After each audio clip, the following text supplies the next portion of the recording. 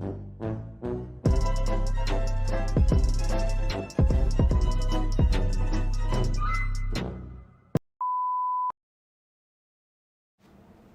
here on the exterior of the car, it's the same as any other sport variation of Mercedes, to be honest.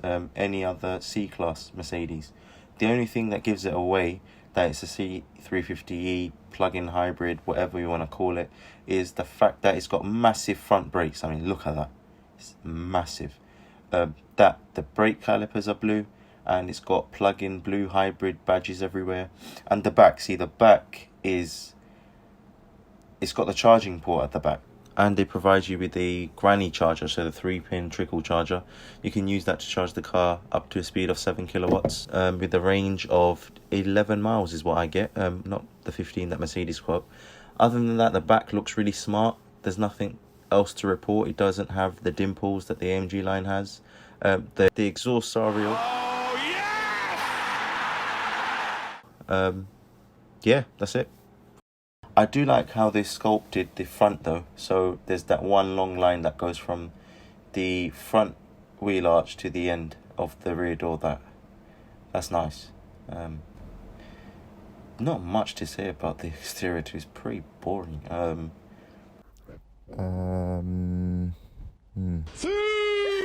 But it's nice. It's nice. The only things I don't like are the panel gaps. So there's loads of panel gaps here and there. There's one at the front grille that I'll try and show you. Nice. The bonnet, if you haven't noticed on this car, is actually massive. Well, I use the term massive again. It's not massive, but it's bigger than normal, than the average car. The wheels are the standard wheels that come with the Sport Edition Mercedes C-Classes, not the AMG nice ones. But to conclude, the car is a smart looking car, although some people call it boring. I personally don't think it's boring. I think it looks quite nice and smart. That's just my opinion. There's a few things that could be improved, like the wheels. I know you could get better wheels, but as standard you could get better wheels than this. And tyres, obviously. Don't worry, I did not drive using these tyres. I changed it at the garage immediately. But yeah, nothing else much really to speak about in the basic guide. Yep.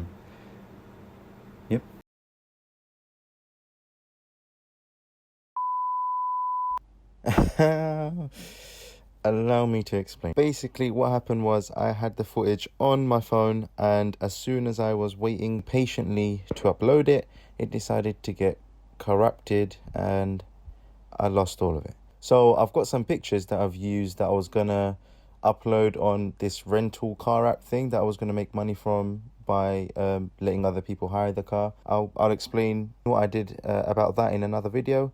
But yeah, there I was patiently waiting for it to be uploaded, and yeah, pain when I saw it come up as corrupted. So I've got a few pictures and I'll try and explain from there. It is what it is. It is what it is.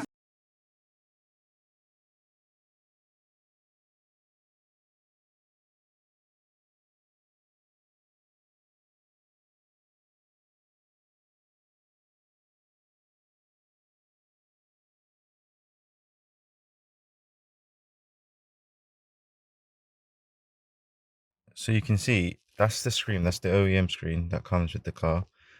It's not the biggest, it's not the Premium Plus one either, so yeah, that needs to go. It's pretty laggy as well, to be honest. It's not the best considering Mercedes should be good in quality, but yeah, it is what it is. That screen, it's just not good. It's not just good enough, is it?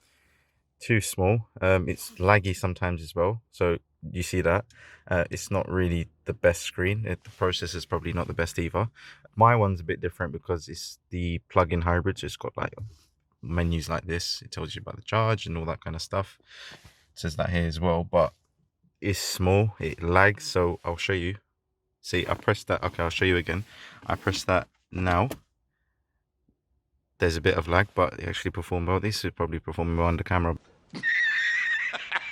But anyway, if I do change it a bit, see, there's a bit of a lag there. Normally it comes snap, snap, snap. So when I used to drive the newer C classes, it used to be really snappy.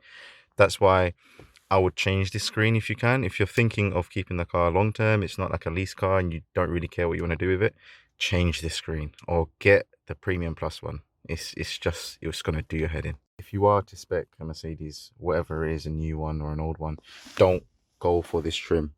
Any little marks that you have, it will stay there. So look, that's just fingerprints and it's not going. So if you were to get it, change this trim. So on this model at least, I really like this. So that button, dusty because of this stupid trim. This is the air suspension. So I'll give you a scenario. Imagine you're on a dirty road and there's potholes or whatever. Press that. I don't know if it'll work now. No, the car's not on. Press that and the car rises up, and it really is handy in any of those situations where you're thinking, you know what, it's going to damage the car. Just push that and everything's fine. Another thing, I don't know if it's specific to this car specifically, you know, being the electric whatever one, is this button. So what we have is the I think it's pre-entry climate control, whatever. I am stupid. Mine works with an app on my phone, so this will connect to my app and I will tell it when to, like, what time. It's a bit like the Tesla system, but obviously this came out before, so it's not as intuitive. But this, when you put it in the app and say I want to leave at 8, I'll tell the car to warm up at 7:30. So by the time, you know, I want to get out at 8, it will tell me, you know, the car's ready. So the way you turn it on is the car's off right now. So you press that, a little red bezel comes up, tells you that the car's going to be warm for you, and then you can change the temperatures within the app.